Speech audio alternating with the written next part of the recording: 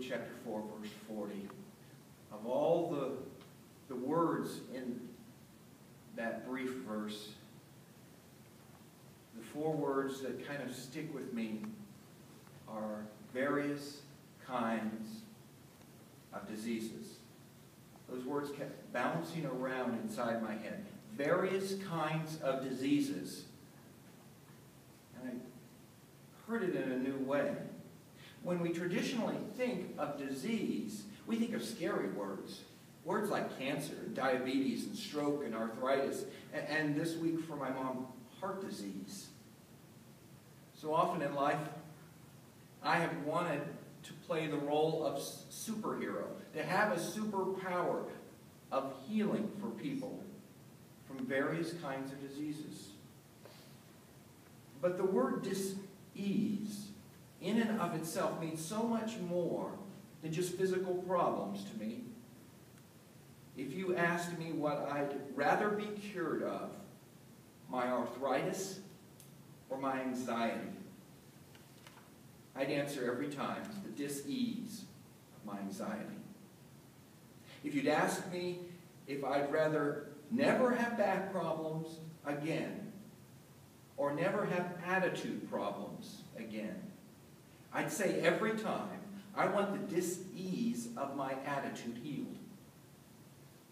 If I could eliminate my fatigue or my prejudice, my better self would say every time, the dis-ease of my prejudice. Sometimes the healing touch we need is not a bodily cure, but a growth experience. Growth experiences that help us to leave behind the small, the bigoted, the untransformed parts of our lives. I need that far more than I need any physical healing. With that in mind, we come to a time of calming, a time of healing, a time of wholeness. And when I am in greatest need of those things, I need to be helping others, for it facilitates my own healing. Now, there are different approaches to helping others, to bring about calming, to bring about wholeness, to bring about peace in people's lives. It was the Dutch missionary and Carmelite priest in Brazil, Carlos Mesters, who was the first person for me to distinguish between two strategies of helping people. He called them the stork and the midwife. The stork presents the child to the parents, as if the child came from outside the parents, as if there's no need for gestation, as if there's no need for painful birth. It's magical. It happens in an instant. And we put a bow on the bundle. The midwife, on the other hand, helps in the painful birthing of the child who has been gestating in the mother's womb.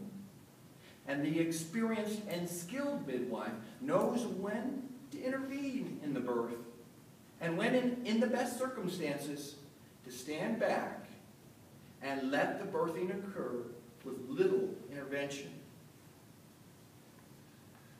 In terms of helping others in pain, in their discomfort, I think it's obvious to see that most of us want to play the role of the stork and bring instant calmness, instant healing, instant wholeness. Poof!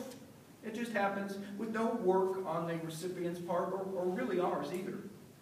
To swoop in and say, well, this is what you need to fix the situation, that was easy. But in my experience, that's not how it happens much, whether I'm the one in need or the helper.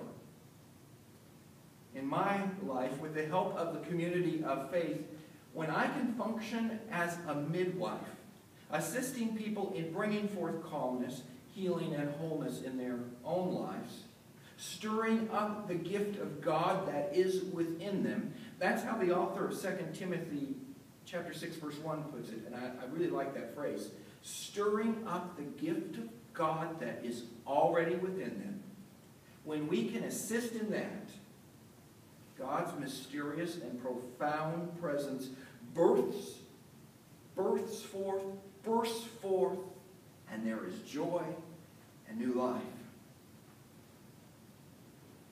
If you ask me what superhero I'd want to be, a stork or a midwife, quite honestly, there would be times when I would want to say I'd want to be a stork and say, poof, here you are. There you're healed. But the reality is I've just not mastered that superhero power yet. My better self would say every time that both you and I need to be a midwife. One who brings calmness with our kind words and gentle touch in that frantic time. One who can step back far enough to allow God to be God and bring forth the joy of new life out of pain and the mess of afterbirth in all of our various kinds of disease.